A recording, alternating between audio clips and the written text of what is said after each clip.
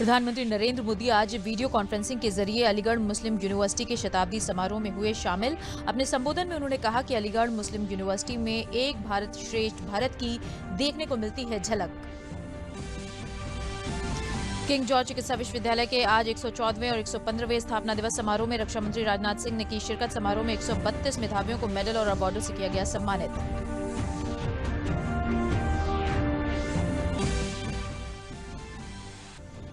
मुख्यमंत्री के एक दिवसीय दौरे के दौरान काशी विश्व कॉरिडोर के निर्माण कार्य का किया निरीक्षण। रैन बसेरा में रह रहे लोगों को वितरित किए कंबल।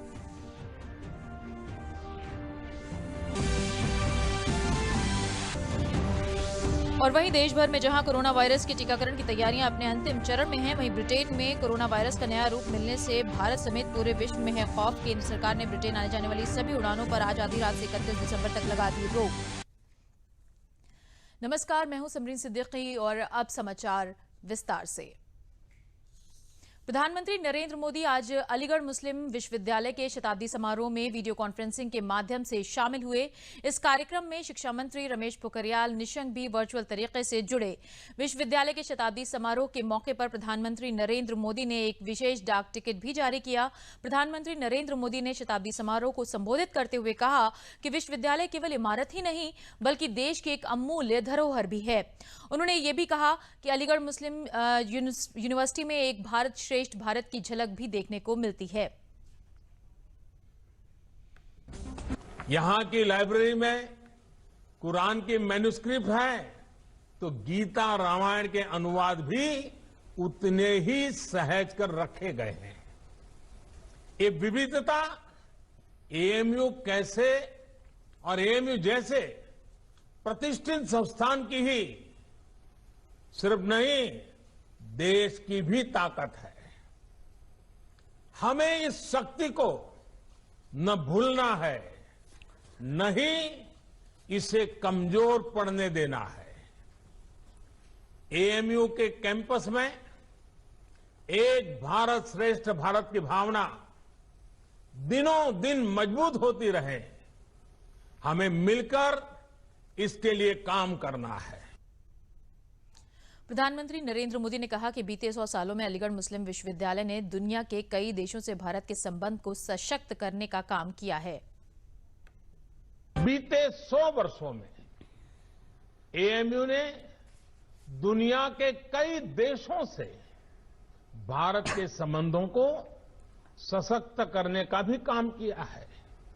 उर्दू, अरबी और फारसी भाषा पर यहां जो रिसर्च होती है, इस्लामिक साहित्य पर जो रिसर्च होती है, वो समूचे इस्लामिक वर्ल्ड के साथ भारत के सांस्कृतिक रिश्तों को नई ऊर्जा देती है।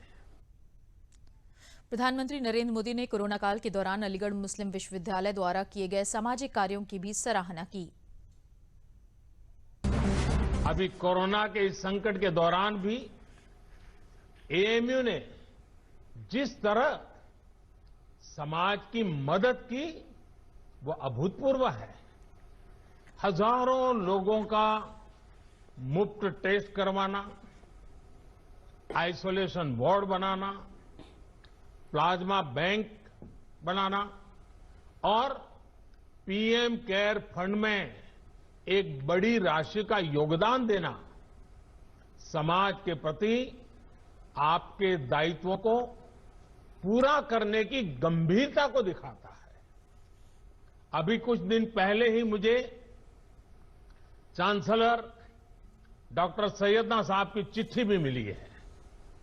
उन्होंने वैक्सीनेशन ड्राइव में भी हर स्तर पर सहयोग देने की बात कही है। देश को सर्वोपरि रखते हुए ऐसे ही संगठित प्रयासों से आज भारत कोरोना जैसी वैश्विक महामारी का सफलता से मुकाबला कर रहा है। प्रधानमंत्री ने कहा कि मुस्लिम लड़कियों द्वारा स्कूल छोड़ने की दर में कमी आई है। साथ ही उन्होंने ज्यादा से ज्यादा बेटियों को शिक्षित करने का भी आह्वान किया। आज उस मार्ग पर बढ़ रहा है जहां मजहब की वजह से कोई पीछे न छूटे, सभी को आगे बढ़ने के समान अवसर मिले, सभी अपने सपने पूरे करें। सबका साथ, सबका विकास, सबका विश्वास, ये मंत्र इसका मूल आधार है। देश की नीयत और नीतियों में यही संकल्प झलकता है।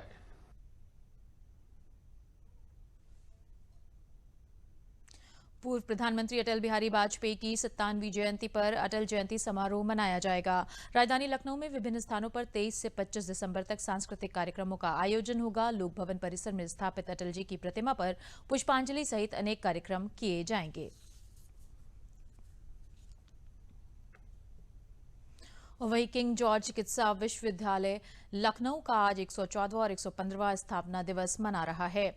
स्थापना दिवस के समारोह पर विभिन्न प्रोफेशनल परीक्षाओं में सर्वोच्च अंक पाने वाले मेधावियों को पुरस्कृत किया गया। रक्षा मंत्री राजनाथ सिंह ने समारोह में वीडियो कॉन्फ्रेंसिंग के माध्यम से शिरकत की। आज के समारोह में 132 मेधावियों को मेडल और अवार्डों से सम्मानित किया गया। वहीं सोमवार को हुए विश्वविद्यालय के दीक्षांत समारोह में एमबीबीएस और बीडीएस में टॉप करने वाले छात्र छात्राओं को मेडल प्रदान किए गए। समारोह की ताजा जानकारी के लिए सीधे चलते हैं अपने संवाददाता आशुतोष शुक्ला के पास, जो इस वक्त केजीएमयू के स्थापना दिवस कार्यक्रम में मौजूद हैं। आशुतोष, समारोह को लेकर आपके पास क्या कुछ अपडेट है अभी तक? देखिए समरीन, किसी संस्थान के लिए 115 वर्ष 114 वर्ष पूरा करना एक बड़ी बात होती है, एक माइलस्टोन वर्क होता है। और खासतौर पर जब ये राजधानी लखनऊ के भीतर किंग जॉर्ज मेडिकल कॉलेज और उसके बाद फिर वो यूनिवर्सिटी का रूप लेती है, जहां पर चिकित्सा विज्ञान के क्षेत्र में अनेक सारे शोध होते हैं और शोध के साथ साथ ऐसे छात्र, ऐसे डॉक्टर्स वहां पर पैदा किए जाते हैं जो कि सामाजिक क्षेत्रों में जाकर के विभिन्न अंचलों में काम करते हैं और इसके साथ ही जो है चिकित्सा विज्ञान में अपने शोध के साथ रोज नई नई तमाम सारी लोगों को जो व्याधियां हैं उनको दूर करने का काम करते हैं।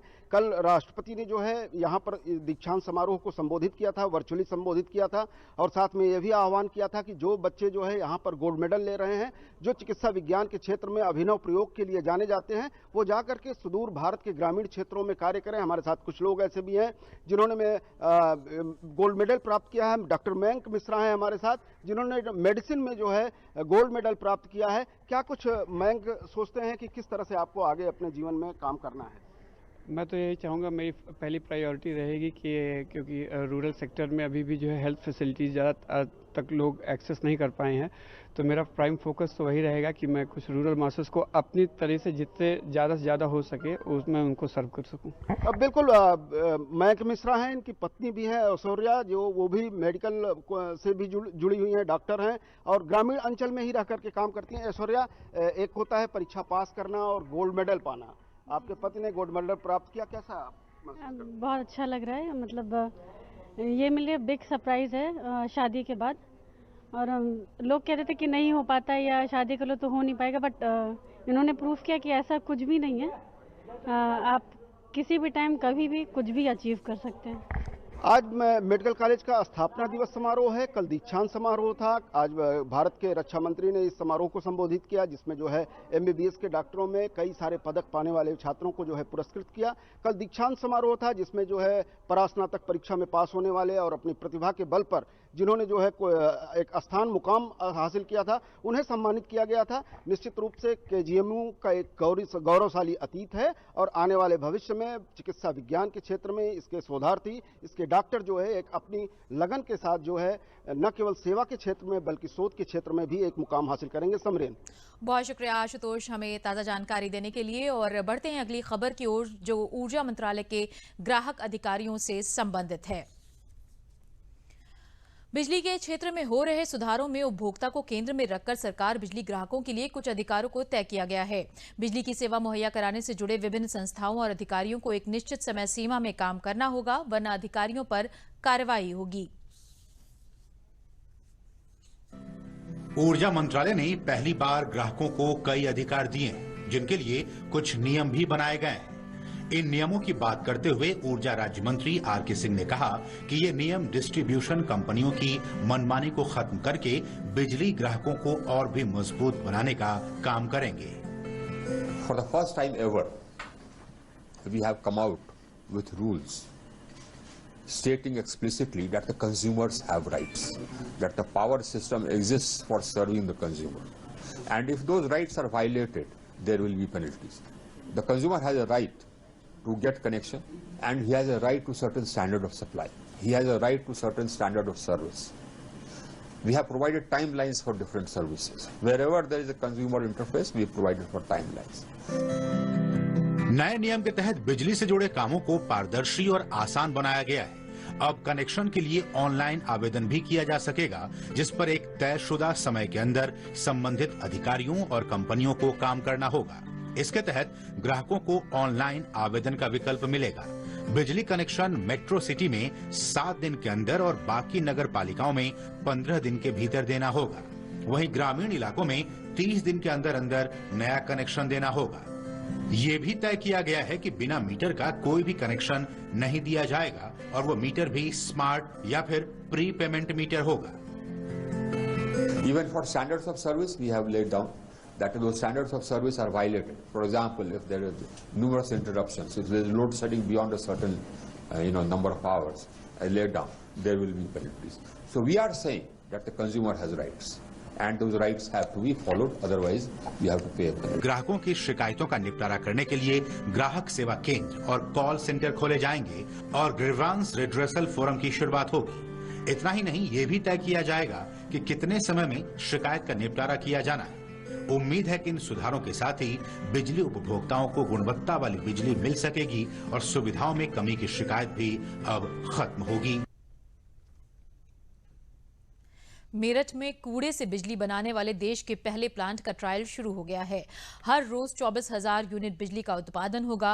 गैसिफिकेशन टेक्नोलॉजी से कूड़े से बिजली बनेगी और सैकड़ों घर रोशन होंगे। भाजपा के पूर्व प्रदेश अध्यक्ष डॉक्टर लक्ष्मीकांत वाजपेयी के अथक प्रयासों से ये प्लांट शुरू हो रहे हैं। नगर निगम को अपने गीले कूड़े से प्लास्टिक, कागज व गत्ते के टुकड़े, जिन्हें RDF कहा जाता है, वो इस प्लांट को देना होगा। 250 रुपए टन के हिसाब से हर रोज 3 टन RDF खरीदने का नगर निगम से अनुबंध हुआ है। परतापुर के भूट बराल में Bijendra energy and research centre इस प्लांट का संचालन करेगी और पावर कॉर्पोरेशन से पावर परचेज एग्रीमेंट भी हो गया है, जिसके तहत 8 रुपए 25 पैसे प्रति यूनिट बिजली खरीदी जाएगी और इसके लिए प्लांट को ग्रिड से भी जोड़ दिया गया है।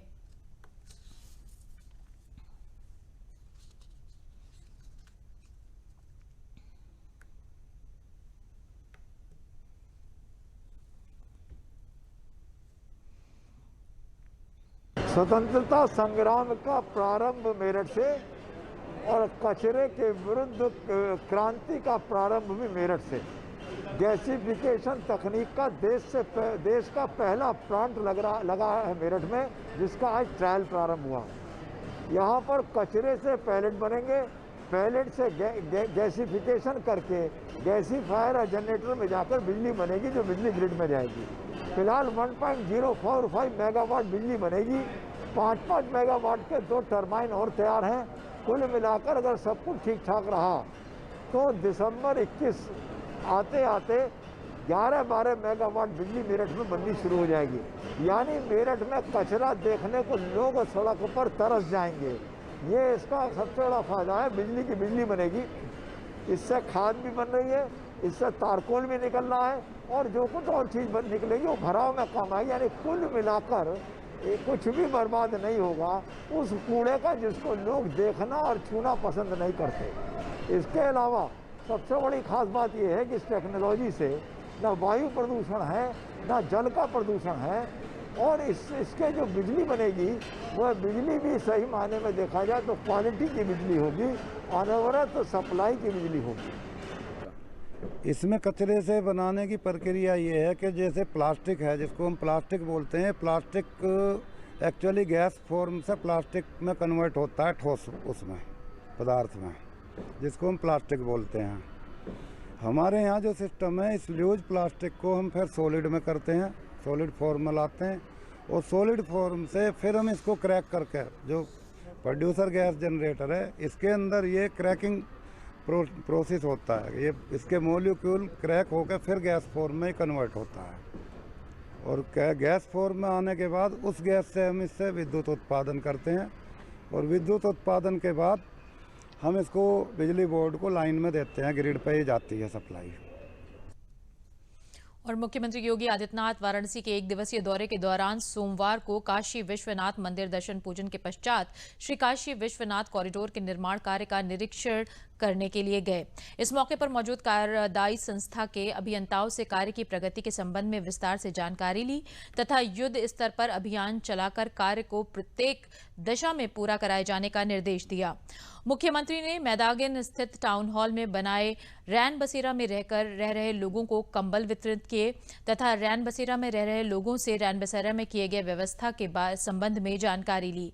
उन्होंने मौके पर मौजूद अधिकारियों को निर्देशित करते हुए कहा कि कड़ाके की ठंड पड़ रही है, इस शीतलहर को दृष्टिगत रखते हुए खुले आसमान में कोई न सोए। और प्रदेश के औद्योगिक विकास मंत्री सतीश महाना ने विकास कार्यों की हरदोई विकास भवन में समीक्षा की। प्रदेश सरकार द्वारा चलाई जा रही जन कल्याणकारी योजनाओं का लाभ हर पात्र व्यक्ति तक पहुंचाने के निर्देश दिए। उन्होंने कहा कि निर्माण कार्य की गुणवत्ता एवं मानक के अनुरूप समय पर कार्य पूर्ण कराए जाएं।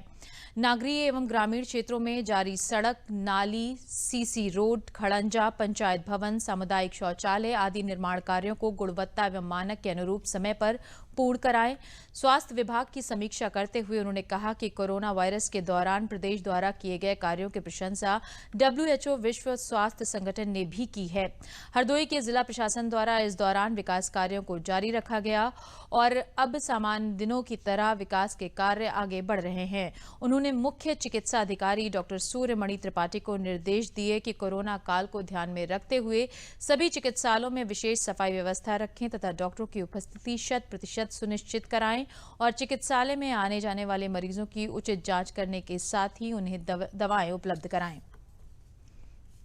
लाभ दिया गया। जो भी विकास की योजनाएं थी वो अपने सही समय से चल रही हैं। विकास किसी भी प्रकार में कोई बाधा नहीं उत्पन्न हुई विकास में, किसी भी फंड्स में के कारण। प्रदेश में कोविड के कारण रेवेन्यू बहुत कम हुआ, लेकिन फिर भी मुख्यमंत्री जी के नेतृत्व में उनके विजन के अनुसार अब नॉर्मलसी की तरफ हम बढ़ रहे हैं। और सारी योजनाएं जो सरकार से हैं, डेवलपमेंट से संबंधित, लाभार्थियों से संबंधित, इंडस्ट्री से संबंधित, सारी योजनाएं अपने सही स्तर के ऊपर जनता को लाभान्वित कर रही हैं। शाहजहांपुर जनपद में गांधी हॉल में आयोजित जिला सहकारी बैंक के 82वें वार्षिक अधिवेशन में शिरकत करने आए पंचायती राज मंत्री भूपेंद्र सिंह चौधरी ने मीडिया से मुखातिब होते हुए कहा कि आजादी के बाद पहली बार सहकारी समितियों और बैंकों को लाभ हुआ है, वरना अभी तक ये संस्थान सिर्फ राजनीति लाभ के लिए उपयोग किए जाते रहे हैं। श्री चौधरी ने विपक्षी दलों पर हमला बोलते हुए कहा कि किसान बिल के मुद्दे पर जनता को वर्गला रहे हैं। इस अवसर पर उन्होंने उपस्थित किसानों से पंचायत चुनाव पर भी समर्थन मांगा। कार्यक्रम में कैबिनेट वित्त एवं चिकित्सा मंत्री सुरेश कुमार खन्ना समेत मंत्री मुख्य रूप से जिला अधिकारी इंद्र विक्रम सिंह, पुलिस अधीक्षक यस आनंद, विधायक चेतराम, विधायक प्रिंस, जिला पंचायत अध्यक्ष अजय प्रताप सिंह, सांसद अरुण सागर उपस्थित रहे। कृषि सुधार बिल, इसको लेकर जनता के बीच में है, चर्चा कर रहे हैं।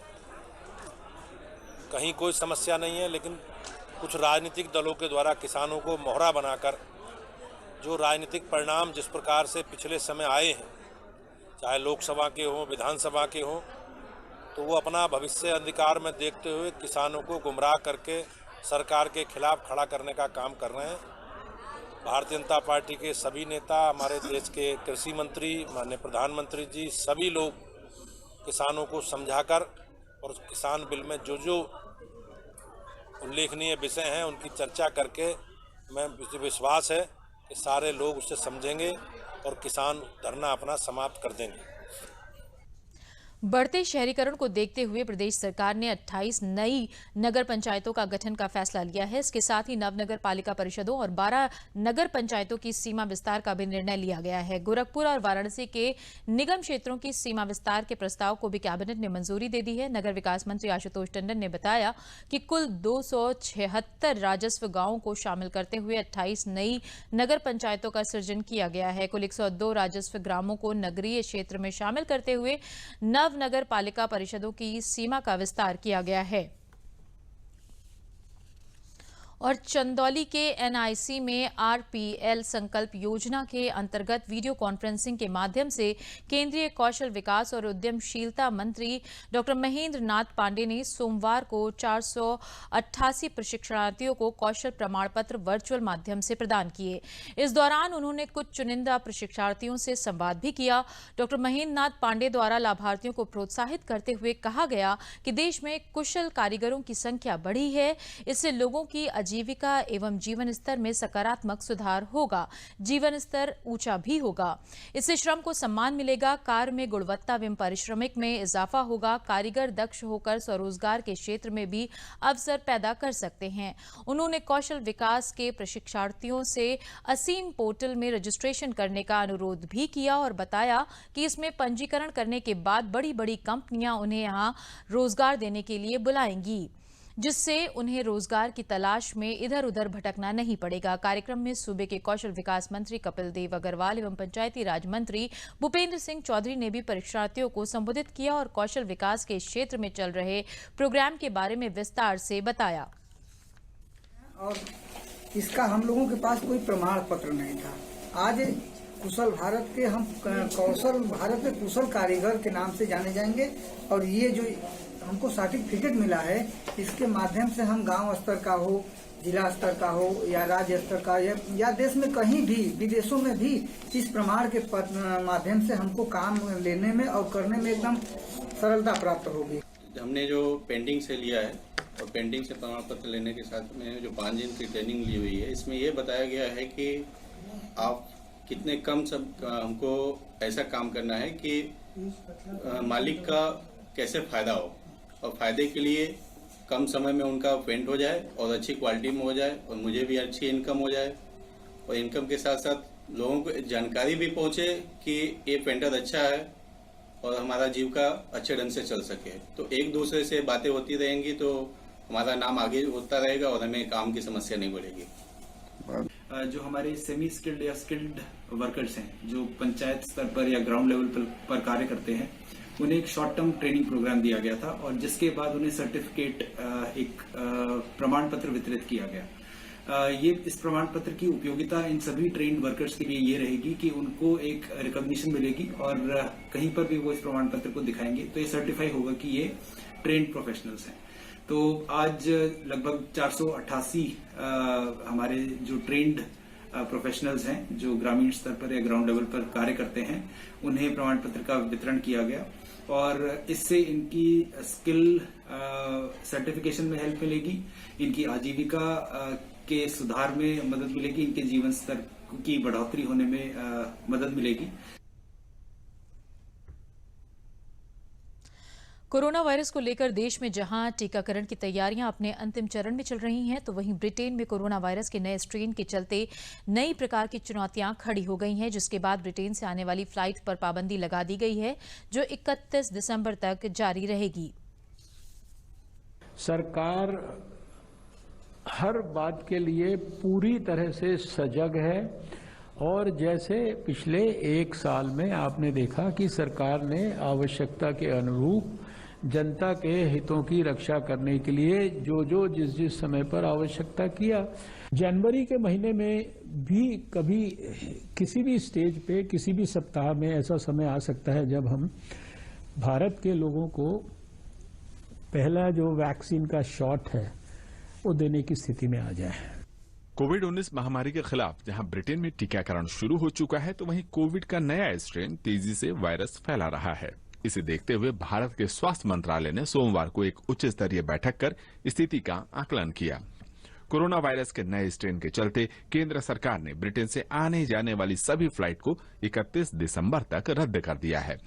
अभी तक जो हमारे पास जानकारी है, this only applies to cases in United Kingdom और जब हम इसको रिव्यू करेंगे 31 दिसंबर से पहले और ये फैसला करेंगे कि ये जो टेम्परेरी सस्पेंशन है इसको रिव्यू करना चाहिए, हटाना चाहिए नहीं, उसके बाद वो जब सर्विसेज रिज्यूम होंगी तो मुझे पूरी उम्मीद है उनको ट्रैवल की सुविधा दी जाएगी। यहाँ इस प्रकार की कोई बढ़ोतरी की स्थिति अभी तक नहीं पाई गई है, जांच प्रक्रिया में है और उसको देखते हुए एहतियात तौर पर हम लोगों ने सारी व्यवस्था खत्म किया है। कोई घबराने की जरूरत नहीं है, कोई पैनिक होने की जरूरत नहीं है, इसको बराबर ध्यान रखने की आवश्यकता है। वहीं ब्रिटेन में युद्ध स्तर पर कोविड के नए स्ट्रेन की रोकथाम के लिए प्रयास जारी हैं। वहां श्रेणी 4 का सख्त लॉकडाउन लगा दिया गया है।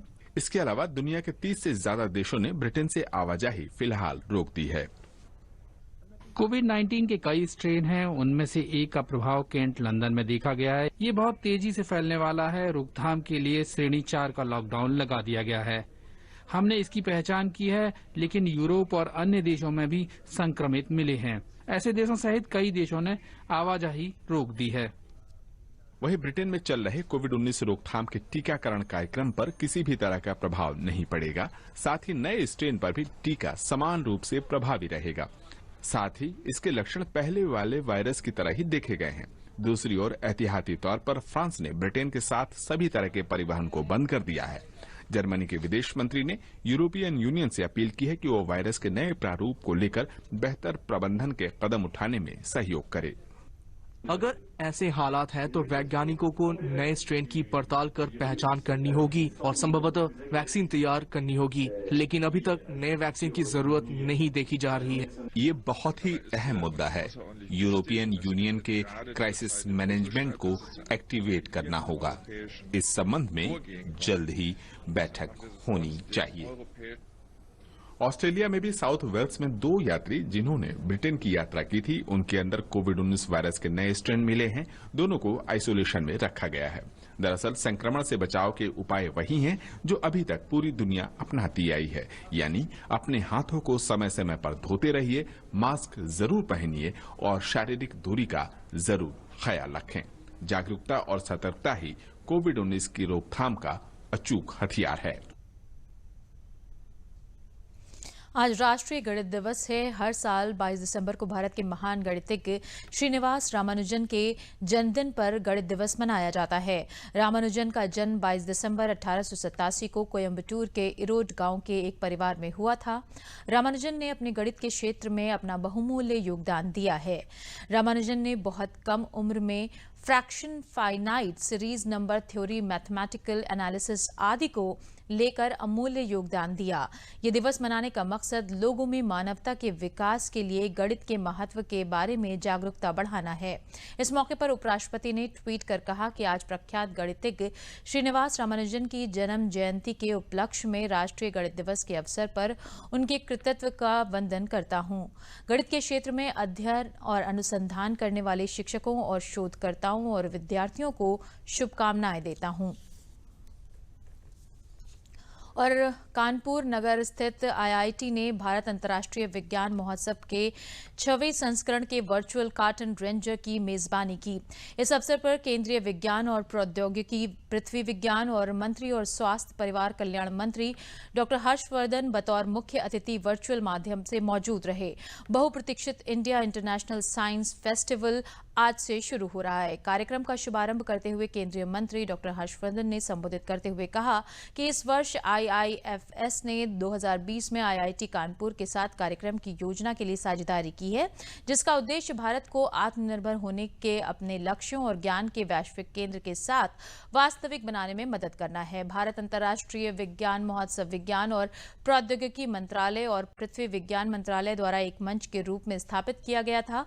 भारत सरकार ने विज्ञान भारती के साथ मिलकर यह प्रदर्शित किया कि विज्ञान कैसे भारत को एक विकसित आत्मनिर्भर राष्ट्र की ओर ले जा सकता है।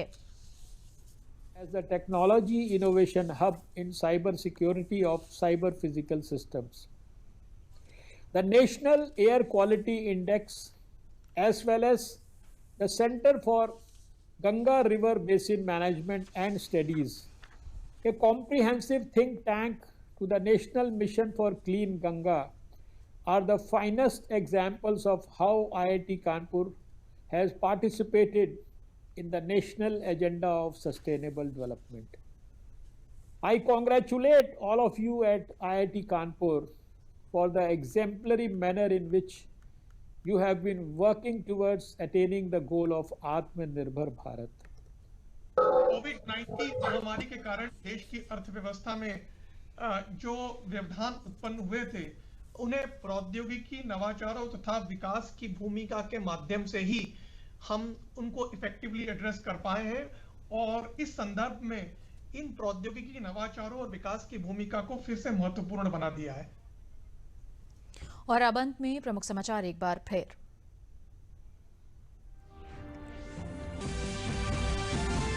प्रधानमंत्री नरेंद्र मोदी आज वीडियो कॉन्फ्रेंसिंग के जरिए अलीगढ़ मुस्लिम यूनिवर्सिटी के शताब्दी समारोह में हुए शामिल। अपने संबोधन में उन्होंने कहा कि अलीगढ़ मुस्लिम यूनिवर्सिटी में एक भारत श्रेष्ठ भारत की देखने को मिलती है झलक।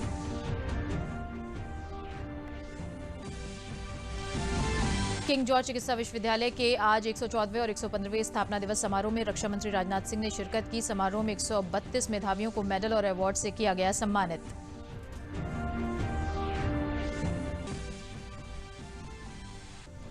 मुख्यमंत्री योगी आदित्यनाथ ने वाराणसी के एक दिवसीय दौरे के दौरान काशी विश्वनाथ कॉरिडोर के निर्माण कार्य का किया निरीक्षण। रैन बसेरों में रह रहे लोगों को वितरित किए कंबल।